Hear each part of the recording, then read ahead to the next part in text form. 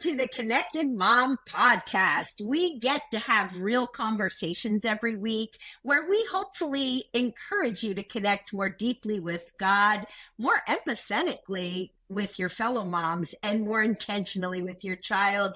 I am Becky Harling, your host. And I love these conversations because there are so many aspects to this whole journey of motherhood, right? And now in this season of my life, not only am I a mom, but I'm a grandmother. And so it's very fun for me to have all different conversations revolving around the journey of motherhood. And today we're going to be talking about a topic that sometimes can be a little challenging for some of us. We're talking with author Cristina Wright, who has just released a book called Launch Them Well. And, launching your kids well can feel a little intimidating at times. I remember as a young mom thinking, how in the world will I say goodbye to them when they went to college? And quite honestly, I sobbed my eyes out when they went to college, but we did launch them well, and all of my adult kids are doing great, and it is a wonderful journey. So if you're in that season, if you're raising teenagers, if you've got kiddos in high school or college, I really want you to lean in today and listen to this conversation and hopefully take away a few bits of advice that are going to help you. Well, welcome, Cristina. It's great to have you here. Thank you, Becky. I'm so excited to be here. It's one of my favorite things to talk about is our children. Yeah, I know, right? It is. So let's start by just having you tell us about your family, because our listeners always want to know, what gives you the credibility to talk about the motherhood journey. So tell us a little bit about your family. Yeah, so my husband, Tim, we live in Colorado Springs. He is a chiropractor. And we have a 21-year-old daughter named Emma. And then our son is 16. He's a sophomore in high school. And Emma graduated college at the age of 19. And so she has been in her full career for several years now. She's engaged to get married in 4 months. And wow. So you're going to be mother of the bride. That's such a big deal. It is. It's super exciting, and it's one of the biggest emotional roller coasters I've ever experienced. Yeah, absolutely. And our son just started his first college class, and he's doing the same dual enrollment program that she did. And so for us, these teenage years and these launching years are kind of rapid fire, kind of fast forward because of the school program they're getting to do, where they're also doing college at the same time. Yeah, that's amazing. A lot of kids are doing that now because then it saves on the whole college tuition thing. And that's a huge blessing, not only for parents, but also for their kids. So what made you decide to write on this particular topic, launching them well? So a handful of years ago, probably 2020, 2021, when Emma was a senior in high school, we began looking at colleges. We're trying to plan ahead for what that's going to look like. And at the same time, my son was in his last year of homeschool. I've been a homeschool mom for about 10 years. And I saw homeschooling coming to an end and my daughter leaving for college. And the emotion of all of that was so overwhelming. And all of a sudden, it felt like the hardest season of motherhood that nobody was talking about. And I didn't really know what to do with a lot of that emotion. And so I began to write about it. And this book was born out of my experience in those initial seasons of just that huge shift in my role as a mom and what that felt like. And again, I felt like there were just so few resources for moms in this stage of life. And also, as I talked with my friends, I was quite astonished actually of how we all were handling it so differently. We were approaching it so differently. How are people handling this different? Like you talk about the emotions, and there were a lot of emotions. I know for me, there were a lot of emotions. There's definitely grief. Some moms are thrilled about it because they just can't wait to get that kid out the door. But talk about how you saw some different moms handling it. Absolutely. And it's just what you said. I had some friends that they're just so excited to be empty nesters and they can't wait for that day. And then there's me, and I was struggling with grief. And that was very unexpected. I didn't anticipate that happening. And so I even felt a little bit guilty. Of course, all of these exciting things are happening for my kids. These are all positive steps that they're taking as they're growing and maturing. And I was excited for them, but I was also sad for myself. And so it was learning how to hold those two and the tension that existed between both of those things. And what I also began to find is that so many of us moms, even if we weren't necessarily helicopter moms before, all of a sudden we started tightening our grip and we started white knuckling our kids and almost trying to take back some of the control that we had empowered them with because it was scary. And we were afraid of what that would look like moving forward if we were no longer needed or even wanted. And I think something I learned very quickly is when we don't feel wanted, we try to make ourselves needed. And that's something that I see playing out in my life even now. Very simple things where I'm offering to make my son lunch and he's completely capable of doing that himself. And something I probably didn't do with my daughter in this season of life. And yet I find myself wanting to be needed as it feels they're slipping away, as they're walking away from us into their next season of life. I think you've brought up such a good point. I remember when our youngest went to college, and all, I don't know. I mean, the other kids I didn't worry about maybe as much as I did the youngest, but when she went to college and I couldn't reach her at night, there was something akin to panic in there, and so I would text her and text her and text her, and of course she wouldn't answer. She would just turn her phone off, and say, "Oh, were you texting me, Mom?"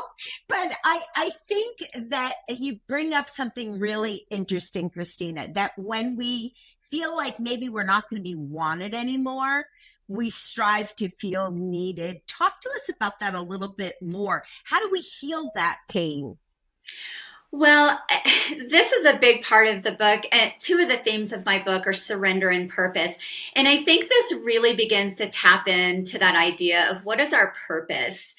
And honestly, if we've been moms for, 18, 20 years. Some of us stay at home moms, maybe a homeschool mom. Like, it looks different for every mom, but we have the same struggle. And it's that we have found our identity for so many, maybe up to 2 decades in being a mom and letting this be our role. And I think we can confuse our purpose with our calling, and they're two very different things. I like to look at our purposes. This is how we're wired. It's something that comes very naturally to us. And some of us are wired to be teachers or nurturers. And this is kind of what I found in my own season of life. And so as our role, but the calling is the motherhood. And so I like to say motherhood is for a lifetime, but raising our children is for a season. And that season will come to an end. And I do think that a lot of moms, and I think part of this is our culture. I think particularly in the Christian culture, without meaning to, a lot of us were fed the idea that our whole life purpose was supposed to be raising these kiddos, right? And so then when the kids are gone, there's this empty void when really our life purpose is to glorify God, right? So, and there's different callings on each of us. And so I love that you point out the difference there, and that you also say, you're called to be a mother. And I mean, that calling isn't going to change, but the season's going to change. Exactly right. So, yes, our ultimate purpose is to glorify God and to serve others. And especially as Christ followers of children of God, we hopefully embrace that. But being able to recognize, but our calling shifts. And so maybe we're called to be a stay-at-home mom for a season. And this is how I began to find this thread in my own life. I thought about being a stay-at-home mom for 22 years, and then also being a homeschool mom for 10 years. And those years were so fulfilling to me. And so I thought about, why is that? Why was I so fulfilled? On the other hand, for the past 3+ years or so, I've been a book editor, and it feels equally fulfilling to me. And so as I began to look at why that was, I began to hone in on my purpose as a teacher and a nurturer. And I was getting to do both in those different callings. Now I'm nurturing and teaching authors. And nurturing their manuscripts and helping them bring their dream of a published book to fruition. And and so that helped me to begin to understand my purpose a little bit more when I began to think about what is it about each of those seasons of life that have felt so fulfilling to me. Yeah, I really love that because I think, I'm a person who loved being a mom. I still love being a mom, right? And I, always said it was God first, and then my family and then my ministry. I've been in ministry for a lot of years. But I had to be careful that I didn't revolve my entire life around my kids because I think that's easy to do for moms. You don't mean to have it happen, but you love your kids so much that everything it revolves around them, and then you can lose kind of a part of yourself, the part that God's wired you and the gifts that He's given you. And so, we need to, in the journey of motherhood, empower our kids to make their own choices and not try to kind of be that helicopter mom, not try to control them. And I think that's a big balance for a lot of moms, right? Because we want them to embrace our faith, we want them to embrace our moral values, but each child is an individual. So talk to us. How did you empower your kids to make their own choices? Mm-hmm. Well, I say, launching our children into adulthood doesn't start when they go to college or when they get their first job or leave the house. It actually starts incrementally the day they're born. It starts when we are teaching them how to play nicely and the value of money and how to help in the kitchen. And we begin empowering them with choices when we say, do you want to wear the red shorts or the blue shorts? Do you want this bedtime book or this bedtime book? And so empowering them starts really early. And it's so critically important because there's a lot of research that says when we empower our children to make their own decisions, their confidence grows, they develop critical thinking skills, responsibility and independence grow, their emotional health is better, and then they have the opportunity to learn from their mistakes, which, as we know in our own experience, that's so critical. It's a valuable part of learning to make decisions. And I say this too, we are not empowering them to make good choices. We're empowering them to make choices. And the goal is that they're going to learn the difference between a good choice and a bad choice. But if we're only empowering them to make a good choice, then basically we're empowering them to make the choice we want them to make. And so then is it really a choice, right? And so in that, we're empowering them to make choices, and we have to allow them to fail at times and make a bad choice. And when they're young, this could look as simple as, I don't want to wear a coat today. Okay, it's 30 degrees outside. Just letting you know it's cold, but you can make that choice. And so here's what I did with that, because I had a son who never wanted to wear a coat, still doesn't when it's cold. And so I came up with one rule. You can choose not to wear a coat, but you're not allowed to complain if you get cold. And so then he owned his choice. And so I wasn't badgering him. I wasn't saying, I told you so, which can be very diminishing. And so he would own his choice. And so that's also an important part of, as we're empowering these choices. Also, when they're younger, the consequences are very small. And so as they grow and they have confidence in making their own choices, when the consequences become greater, then we have more confidence that it is going to be a good choice.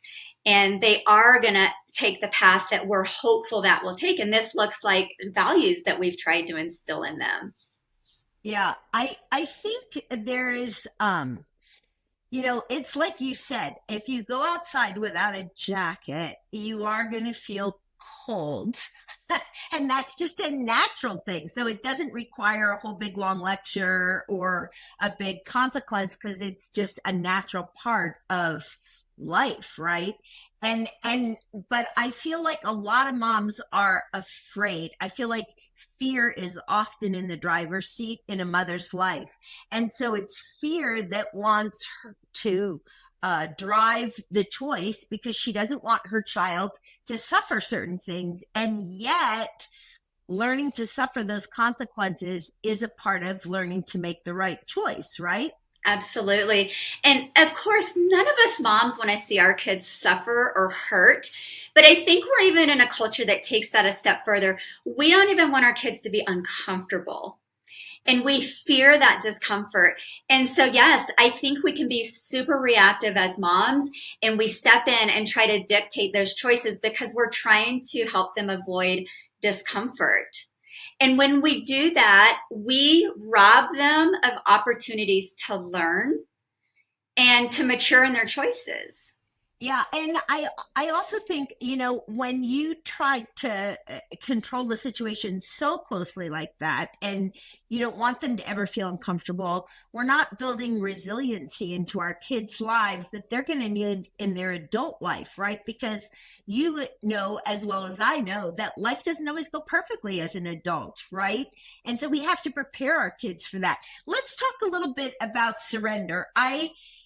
All throughout the Bible, it talks about surrendering our kids to the Lord. I mean, obviously, Abraham with Isaac, Hannah with Samuel, and yet I find that moms have a really hard time surrendering their child, whether that child's a toddler, a teen, or in their 20 somethings. They have a really hard time letting go and surrendering that child to the Lord. So, how did you learn how to surrender?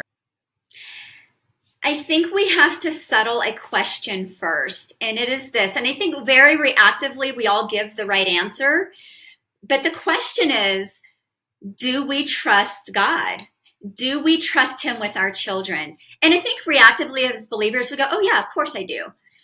But when we assess and look at our lives, are we living as if that are true? If we trust God with our children, if we trust that He is their ultimate protector, then surrender becomes a little bit not easier, but it paves a path for us to do that more readily.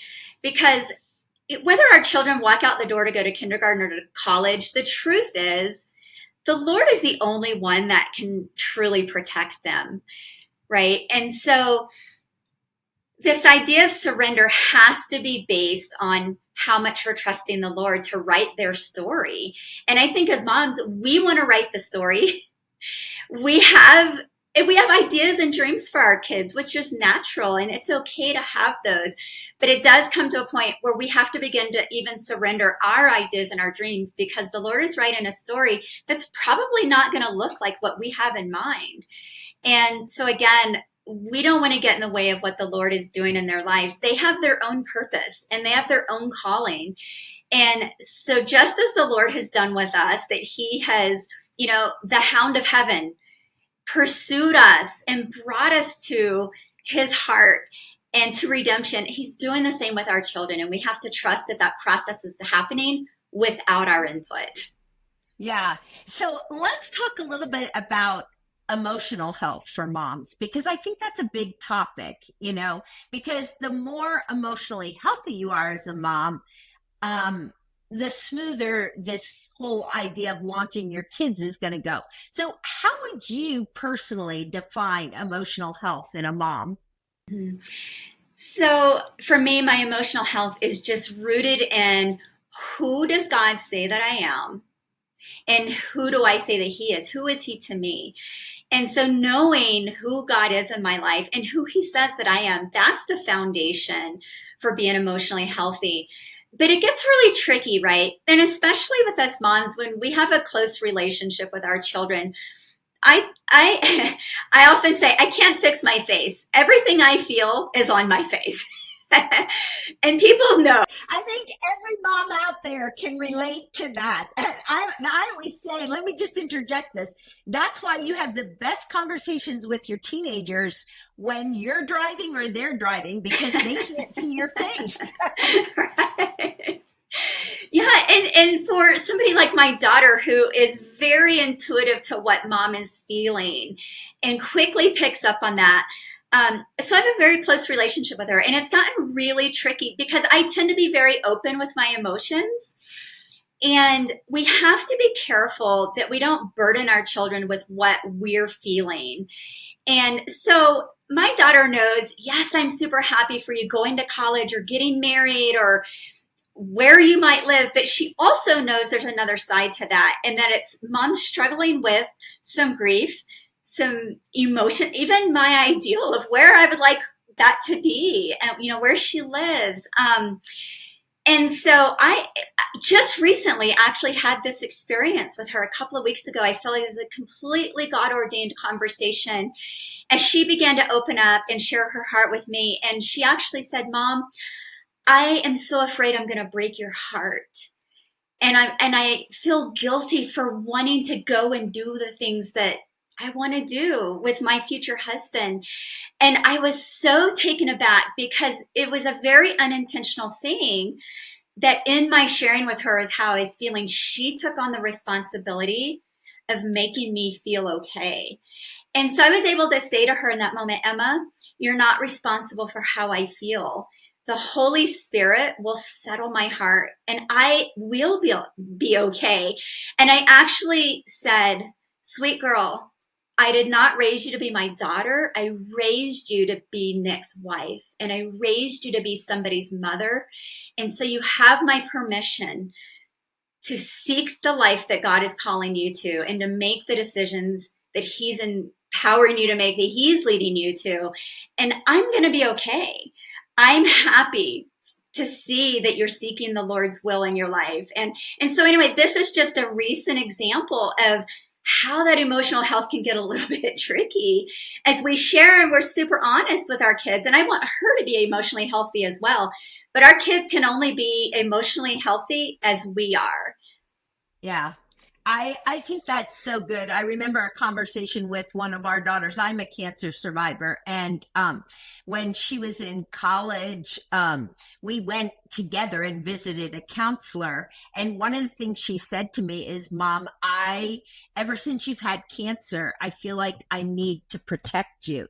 And I had to say to her, hey, honey, that is not your responsibility. And like, God is the ruler of my life. He can take care of me and He can take care of you. You are free to be the woman that God created you to be. And I think that whole idea of emotional health, it's kind of like we can get a little bit tangled up in our kids, right? Because we love them so much. But we have to understand we are raising them to be separate from us, and to be self-differentiated, and so that they can be the spouse that God called them to be. They can be the parent God called them to be. They can be the professional that God called them to be. And I think this is a journey of motherhood that all of us have faced. I mean, I even think of the story in the New Testament in John 2, where Mary, it kind of functions a little bit as a helicopter mom and goes to Jesus and is like, hey, they've run out of wine. You can fix this, And Jesus is pretty patient with her, and she just kind of walks away and says, do whatever He tells you to do, But Jesus he was an adult. He had not fully stepped into His full earthly mission.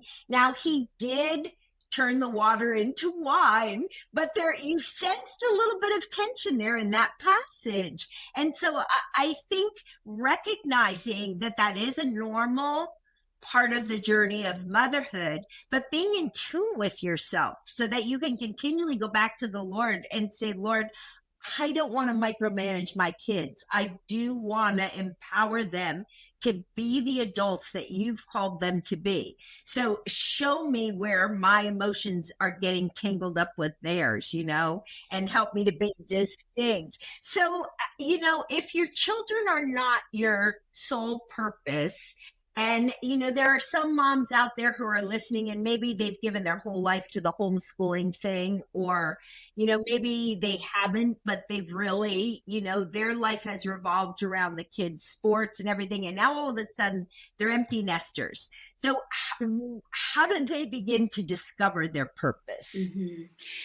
So Rick Warren talks about this actually, and he talks about, when a scientist creates a machine, when he invents something, most often you can't walk up to that machine and say, what is your purpose? What do you do? How do you work? How do you function? We have to go to the creator to know why it was created and for what purpose. And so it's the same with us, that we go to the Lord first and foremost, and we just begin to ask him to reveal what is that purpose. And you brought this point up.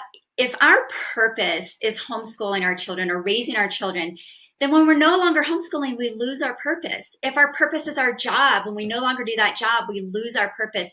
It's not how the Lord created us. He created us for that purpose, to be with us throughout the entirety of our lives. And so even though we might not know it, we don't need to panic. The Lord knows. He knows what he created us for.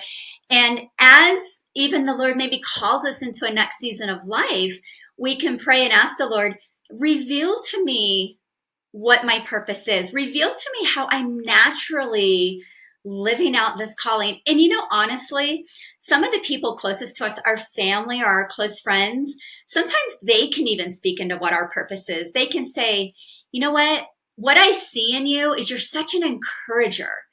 And we can begin to maybe even mine a little bit of what our purpose is, and just the feedback that we get from people who are the closest to us. And they begin to maybe call out our giftings. And so I think those are two big ways that we can begin to tap into it. One of the things that I like to offer women a lot of times, especially if they're in this season, is a design profile. It can be really good to go before the Lord and say, okay, what are my dreams? In a perfect world, what would I like to do? What are my experiences? What are the strengths that I bring? What's unique to me? And to kind of just work through, okay, what gifts do I have?